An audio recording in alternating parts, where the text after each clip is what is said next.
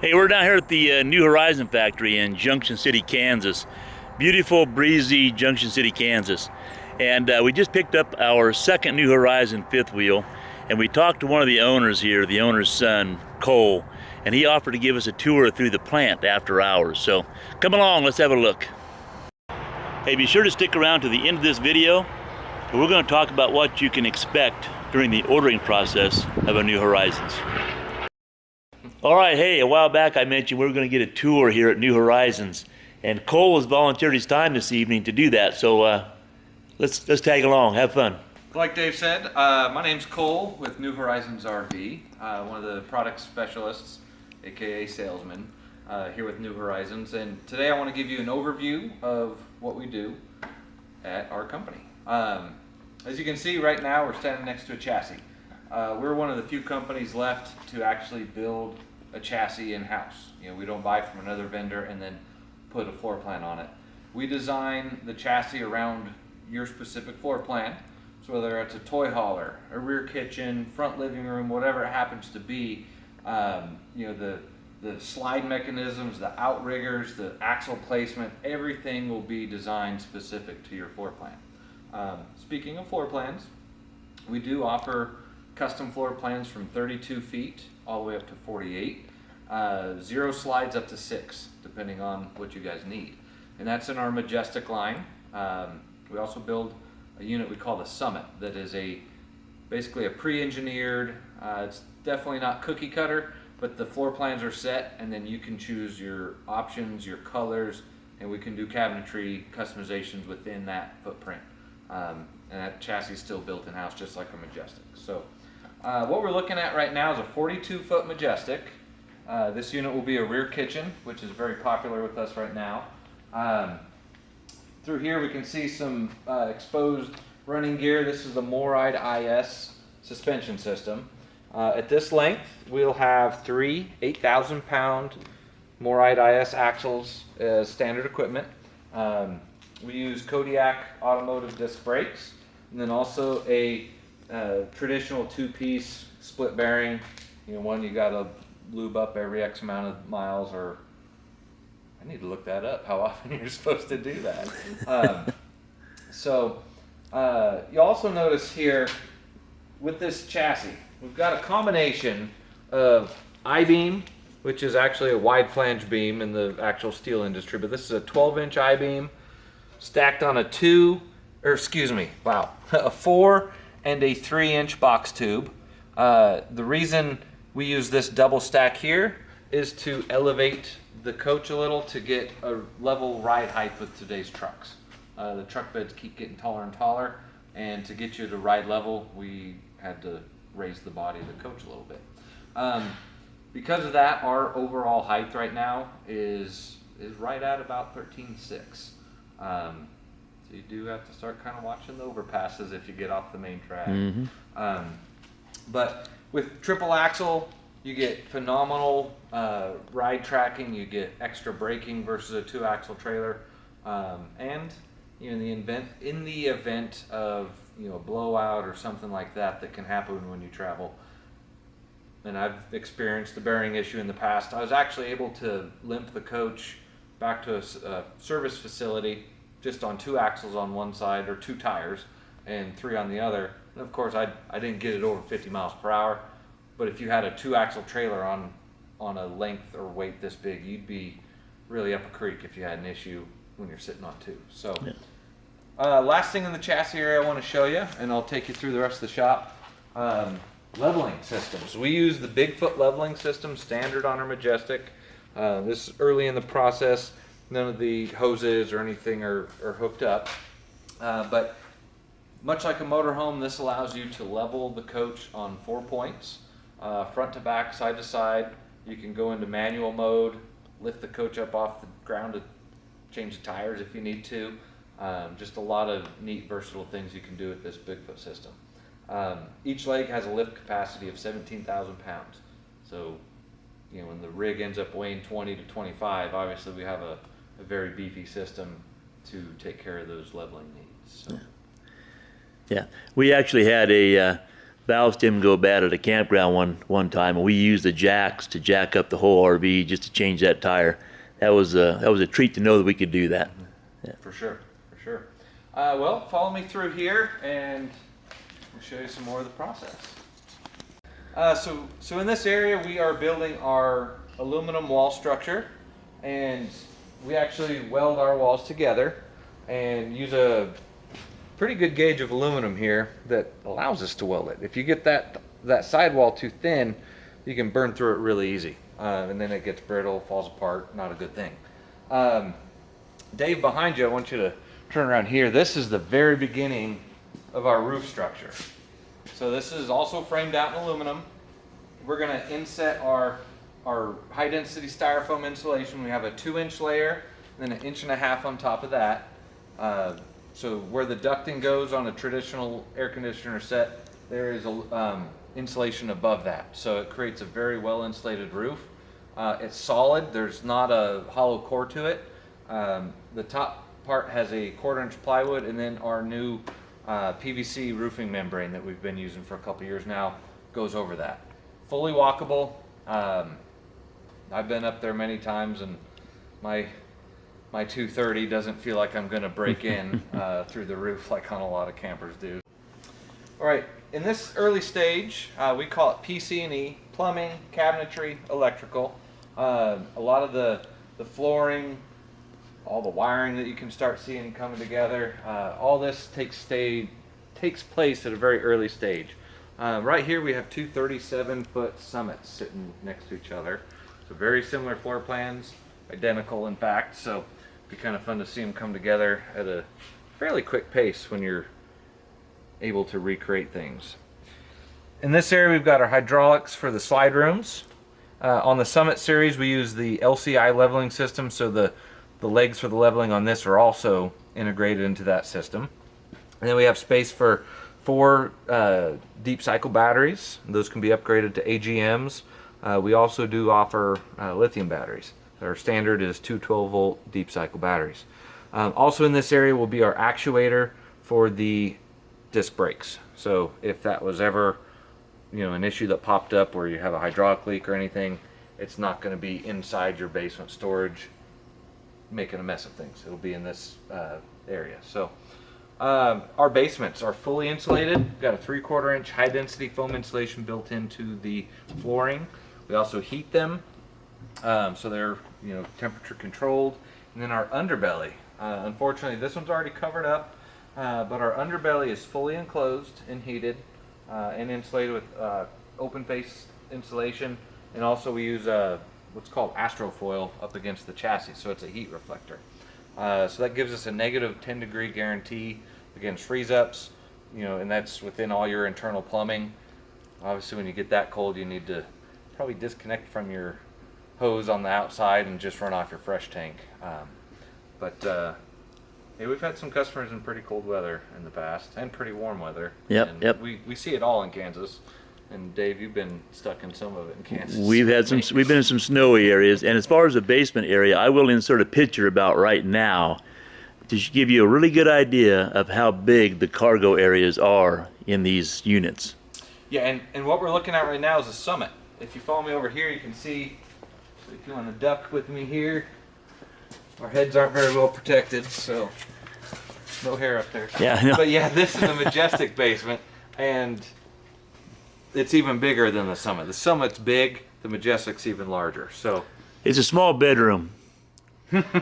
Again, you'll see in the picture when I put a lawn chair in here and sat up straight. I'm 5'11". I put a lawn chair in here, sat up straight, and laid down, stretched out. It's huge inside. So you can see just more and more work coming together as the rig goes down the line sideways. Right along this front area, if you back up a little, I want to point out our electrical.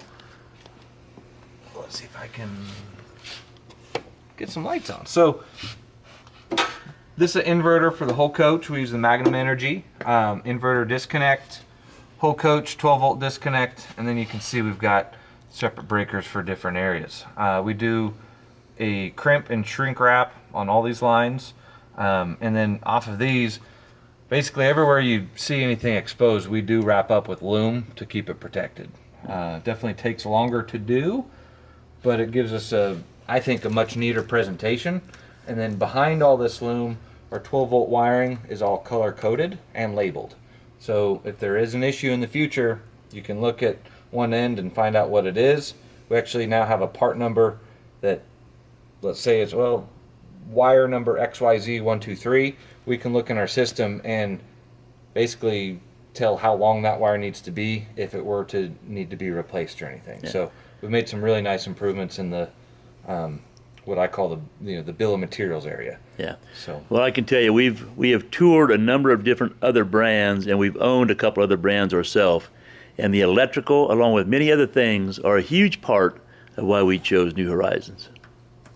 and our guys take a lot of pride in the work that they do. And there's times I wish they could do it a little bit faster, but sometimes if you go too fast, you don't do it right. That's right. So this is our wire harness table, and this is where we lay out all the wiring. I end up looming it, labeling it, and it runs all the way down and back, and it's pretty complicated. The fun thing with these wire harnesses, and when I say fun, I mean not fun, building custom rigs, every wire harness is going to be different, because if you build a rear kitchen, a front living room, a toy hauler, whatever it is, our components for kitchen, for different lights in the ceiling, they'll all be in different places. So there's not a one size fits all when it comes to our wiring in the coach.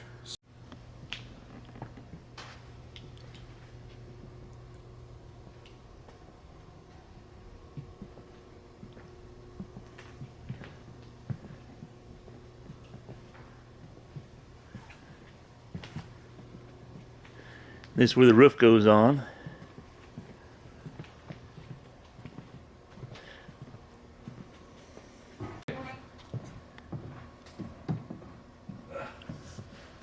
How nimble am I? Not very. Okay. No flex. Yeah, so much to my chagrin, I'm about 230 right now. I need to lose a couple pounds, but as I walk around on our roof, you don't hit soft spots when you miss a joist. So you can walk all over it. You get the PVC material that we're using gets a little slippery when it's wet, so you do need to be mindful if it's dewy or rainy. But there's no maintenance to the material on this. You might want to clean it every now and then just so it doesn't accumulate a bunch of dust and then get real dirty. But as far as scrubbing it down with certain chemicals or anything like that, you don't have to do that. You do have to maintain, like any other roofing material in the world, you need to maintain where you have penetration. So, the caulking around a max fan or a skylight or anything like that, you do need to keep your eyes on a couple times a year. If it starts to look, kind of dry and brittle, starting to separate, you want to get some sealant and just run that in there, let it ooze in, and that's an area the more the merrier, because that's better than a leak. That's Stay on right. top of that. Yeah. So this big guy over here, this UFO looking deal, is the WineGuard 360. That gives us over-the-air antenna for TV, and also their new feature where you can pick up Wi-Fi and put a router in the coach. And we also will put combiner boxes on your roof if you want us to solar prep a unit. This particular rig, it's a little bit different. That is the top of a mini split system, but that'd be where your AC would normally sit in that region. And we also offer solar arrays. We don't get too crazy, but the most we've done in-house, I believe, was a 2400 watt array. It had 7 or 8 panels. I need to do the math, but it was a big 48-foot toy hauler, and everywhere there wasn't something, we basically had a solar panel. So kind of crazy. So a little bit about our roof and what we do with this.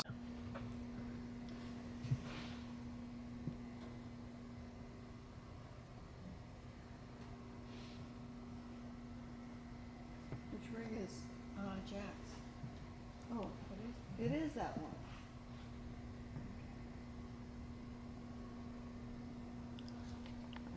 All right, so we're standing in our cabinet shop. Every bit of base cabinetry is built in-house. So after we get the plans put together, we'll start building, say, an overhead in a galley. And every piece of cabinetry actually has our customer's name on it. Twofold. One, we know where it's going. And number two, our crew here always remembers that, like our motto says, we're not just building RVs, we're building our customers' dreams.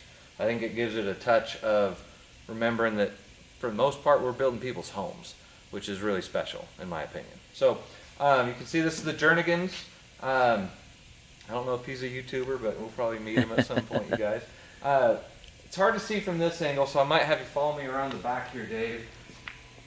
All the face frames are glued and pocket screwed. The backer pine ends up with a combination of screws and staples. And when we say staples, they ain't these little baby things. They're big 2-inch structural staples. And they penetrate into the wood really nicely on both sides. Now when we say pocket screwed, this is a pocket screw. It allows the screw to get a much more square, straight on attachment point into this other face frame. Really cool machines that do that for us. We've been able to add some automation to this process, but overall it's still very much a hand-built cabinet in every coach. We have invested in an what's that called? CNC router, excuse me. CNC router, so we're able to put in cut lists and be more efficient with using wood, which is astronomically expensive right now, to try to minimize waste as much as we can. So that's been a fun addition to our tools. In every area back here, you guys, kind of has a specialty. From building kitchens to overhead, over the rear area, or say a bedroom overhead cabinet. Everybody kind of has their area that they specialize in. Now, for doors and drawers, we work with a vendor that's located in Kansas. We buy wood from the same supplier. We use the same identical stain, so everything matches up perfectly for you. But we work with them because they've got a little more automation in their CNC investments, so we can get those at a more reasonable rate than paying my expensive guys to build doors all day long. So there's no drop in quality. They're actually, when we made that change years ago, we got higher quality because we didn't used to do dovetail joint drawer boxes until we started working with the outside vendors. So that actually improved our product. We use a lot of cherry wood. We do natural, which is a kind of a light honey golden color. Mocha stain, like in you guys' home. We have walnut stain, which is kind of your traditional medium brown color. And then when we do painted cabinetry, we actually do that on maple. Maple's got a little tighter grain pattern, so it doesn't let the paint soak into it and show all the grain through. So, yeah, everything is 100% solid wood too. There's not an ounce of particle board.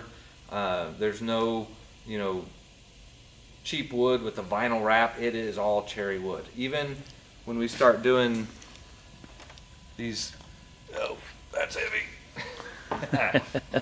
Even fancy things like these hand-carved corbels that you can see on these slide pieces. Yeah, there you go. Yeah. So even that's true hardwood. It's not plastic. It's real wood that gets stained and looks very beautiful in a coach when it's done. But. Well, and we mentioned in a video we did on our last coach that we built a few homes in our time, and we would put these cabinets up to any of the homes we've ever owned. Yeah, my late father, who also very similar to you guys, he loved building custom homes. One of the joys he got from New Horizons and owning the company was getting to see customers have that same dream of from concept to finish and seeing the quality and the craftsmanship. I mean, a lot of his high-end home ideas made their way into building our residential grade fifth wheels. So something that definitely lives on, even though he's gone, is his touch in that high-end aspect. That's a great story there. Yeah. So right now, you guys, we're standing in our staging area. After your cabinetry is built, it'll come into this area where we've got a large spray booth. Obviously, this piece has been sprayed and finished. You can feel how nice and smooth that finish is after that's done. But In here, it's going to wait to go into the coach when it's needed, and if it's waiting to go into the stain area, which there's a couple pieces down here, and this piece, no, this one is. This one just done, yeah. This just got done. So this is actually the base cabinet for a rear kitchen. So that'll be fun to lift up and yes, it put will. into the unit. That's all done. And that's our walnut stain, so kind of a deep brown tone. And then this is the dark mocha. And this is our spray booth where we lay down the finish and the lacquer, all the good stuff to. Oh yeah. Ooh, don't stay too long. The thing will get us. But so they're working on some painted cabinets. We've got these stringers that we can hang things from and go to town spraying. And then we've got I think it's called a downdraft system. I don't remember, but it's got an air handler that'll take air in, pull it out, so that the overspray and stuff, it goes straight to the filters. So thanks for walking through our shop with us today. If you guys have any questions, reach out to Dave and Diane. They are what we call ambassadors, owners of New Horizons, who are willing to take some time and share experience, share their home with you, maybe give some pointers if you decide to do a build with me. You can call me, our toll-free number, 800-235-3140. Myself, Drew, or Austin are all very capable to answer many of your questions. If we don't know the answer, we'll go find it for you, though, because we know it's better to take the time to get the right answer than to make something up. That's never good. So once again, my name's Cole with New Horizons, and thanks for taking the time to walk through our shop with us. We do want to thank Cole for taking his time. He hung around late into the evening to give us that tour. We really do appreciate that, and he is a great guy. So hang on, and we'll tell you what we think about New Horizon. And the last 2 years, we've actually lived in a New Horizon and our new coach. We'll be right back. All right, I'm back. So what I decided I wanted to talk about at the end of this video was the buying experience at New Horizons. Because New Horizons does not have dealers spread out across the country, it's a little different than going to a dealer, walking through a bunch of rigs, picking one out, hooking up, and going home. It's more like actually building a house. So there's a process, and I wanted to go over it. Diane and I have built 2 New Horizon fifth wheels, so we have a pretty good working understanding of how this works. So when we bought our first coach, once we decided we wanted to go from a Class A to a fifth wheel, we toured a bunch of plants around the country and decided we wanted to look at New Horizons. So the first thing we did is we found an ambassador in an area that we were at.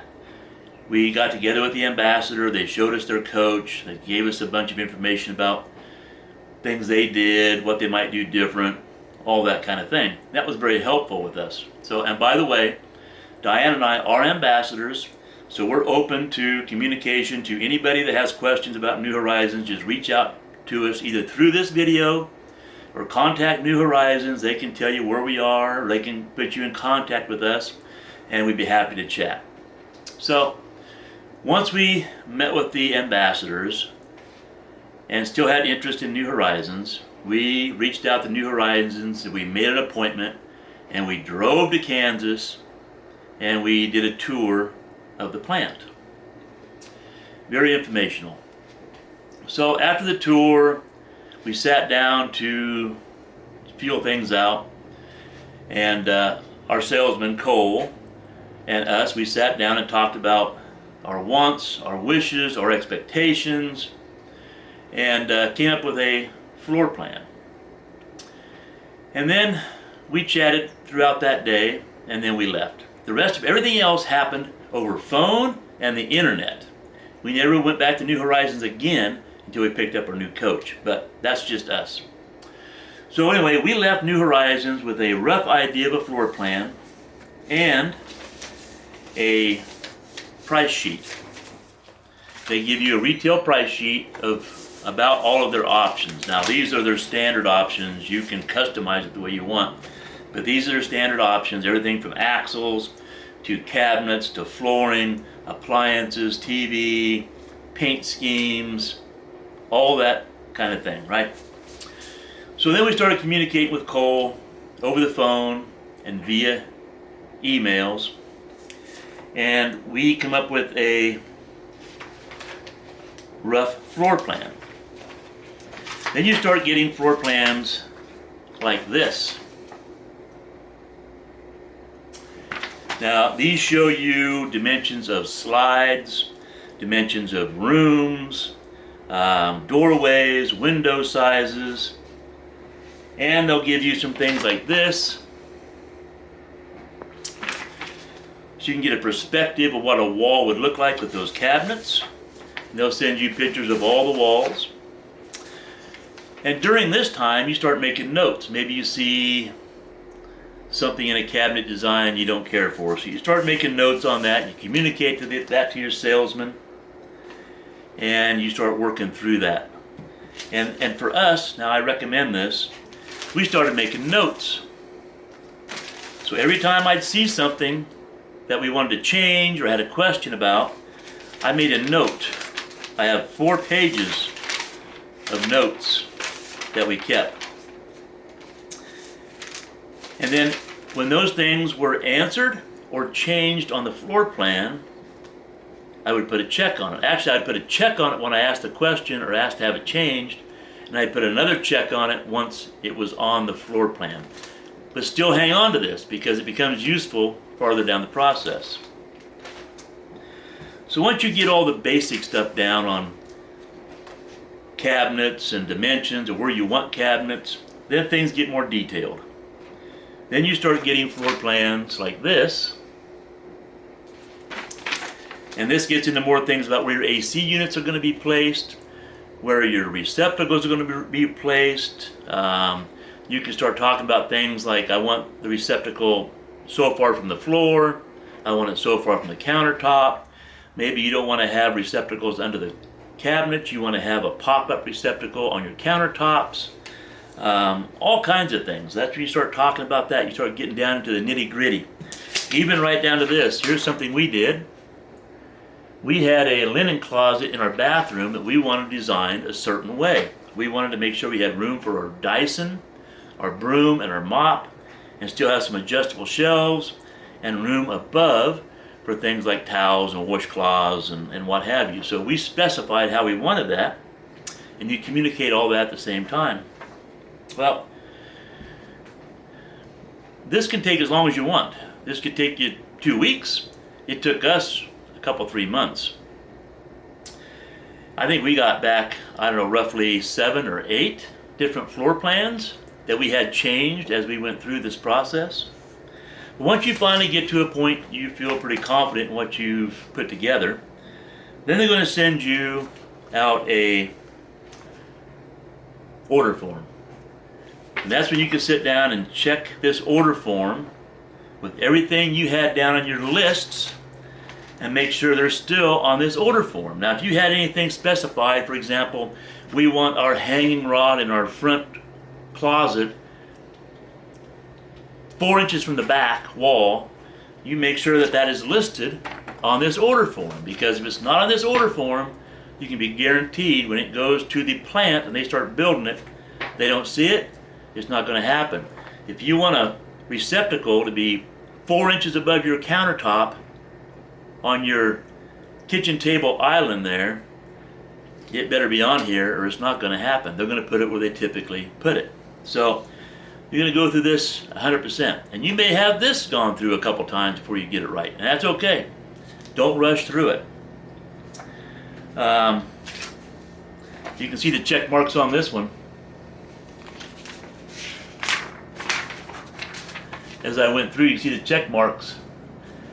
That's where I went through and checked all these against our notes and what we had expectations to have at the end of our build. So it comes in handy. All right, so then once you get all that done, you feel very good about what you're going to do, and you decide to buy a New Horizon, they're going to ask you for a deposit. Actually, before all this happens, they're going to ask for a small deposit so they start this process. They don't want to do all this for nothing, so they ask for a small deposit for that. But then when you get ready to buy the coach, they want a deposit.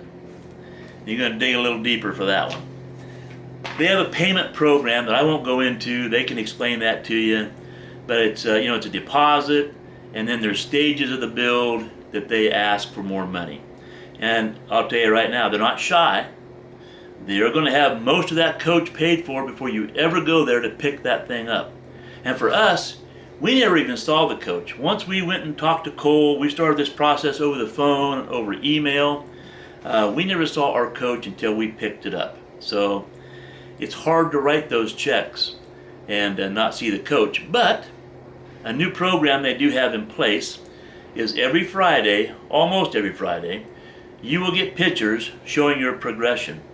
So once you go into the frame shop, they start welding your frame together, you'll get pictures of the frame. You'll get pictures when they go into the flooring department. You'll get pictures in electrical and plumbing, and when the walls go on, the roof goes on, cabinets go in. Every week, they will send you pictures, which is fantastic. Our first coach, we did not get that. So that caused a little anxiety. This picture program on Fridays really helped a lot. You can actually find things that don't look quite kosher and change things as you go along, even though we don't recommend that very much, because do changes, they charge you for that. So from the time we placed our order to the time we went to go pick up our coach was probably 4 months, I guess, something like that. And that's going to vary depending how busy they are. As it comes time to go pick up your coach, they're going to send you a form on what to expect. Now they have a plan of attack when you come to pick up your coach. They plan for 3 days for you to come, do a walkthrough of your coach, have a few things fixed, learn about your coach, and then leave. Well, that's the plan. But I'll tell you right now, both coaches we went to pick up at New Horizons, we were there a week. Don't rush it. They'd be happy if you were in and out in 2 days. We would have been happy if we could be out in and out in 2 days. But we're full-timers. If we went there and took off to the East Coast or the West Coast and found something minor that we didn't catch during our walkthrough, that'd be tough to drive from Oregon back to Kansas for something, even though they would have someone fix it for you if you wanted them to, but I'd rather have the factory take care of it. So just be patient, stay there, get it done right while you're there.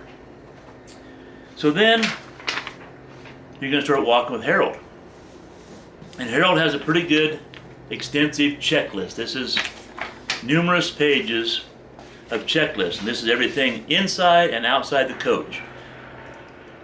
Faucets, the Anderson valve, your water heater, your anything and everything. Electrical, you're going to go through every single thing with Harold, make sure every single thing works and everything looks good. You're going to open every drawer, every door.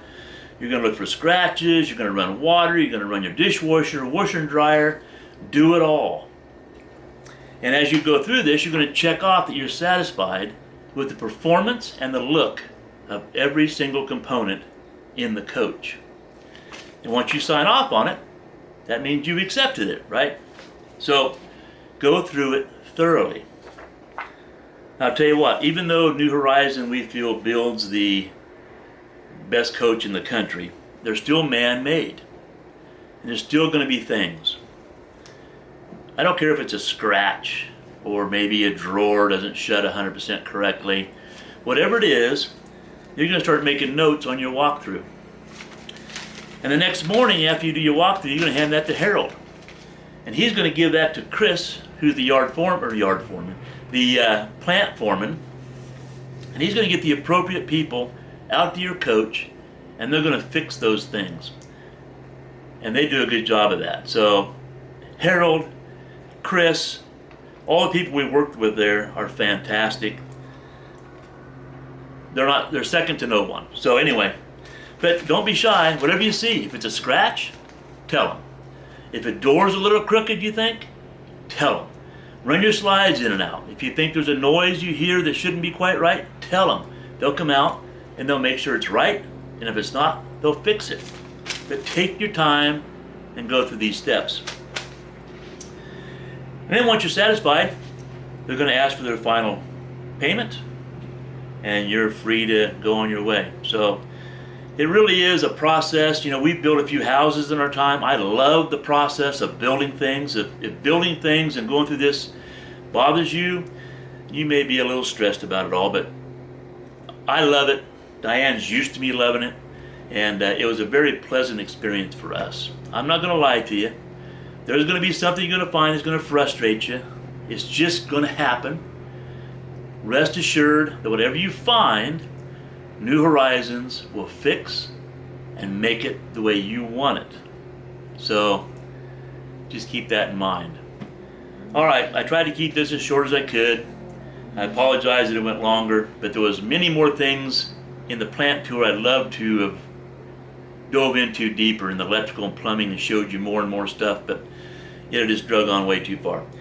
So with that said, hopefully you enjoyed the video. If you did, how about a thumbs up?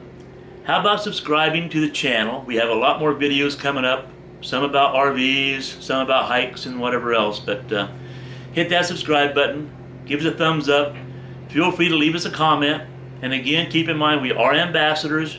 Reach out with any questions you might have. We're an open book. We'll be upfront and honest with you. Contact us through this video, contact New Horizons, have them reach out to us to give us your contact information. Whatever you feel comfortable doing is good with us. Or find another ambassador. Those ambassadors will be spread out all around the country. It might be somebody else close to you. Reach out to them. They're all there to share information. That's it. Have a great day. And as always, we'll see you in the next video.